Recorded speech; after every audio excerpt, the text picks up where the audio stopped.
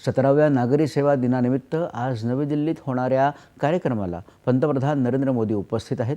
ते नागरी सेवेतल्या कर्मचाऱ्यांना संबोधित करणार आहेत।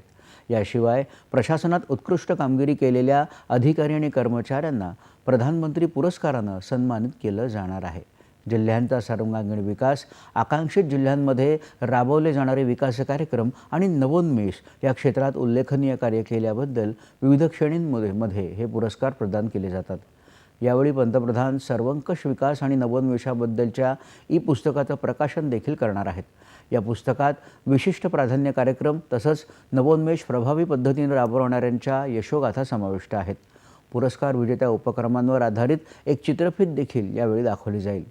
सर्वसमावेशक मूल्यमापनानंतर 1588 नामांकनांमधून 14 पुरस्कार विजेत्यांची निवड करण्यात आली आहे।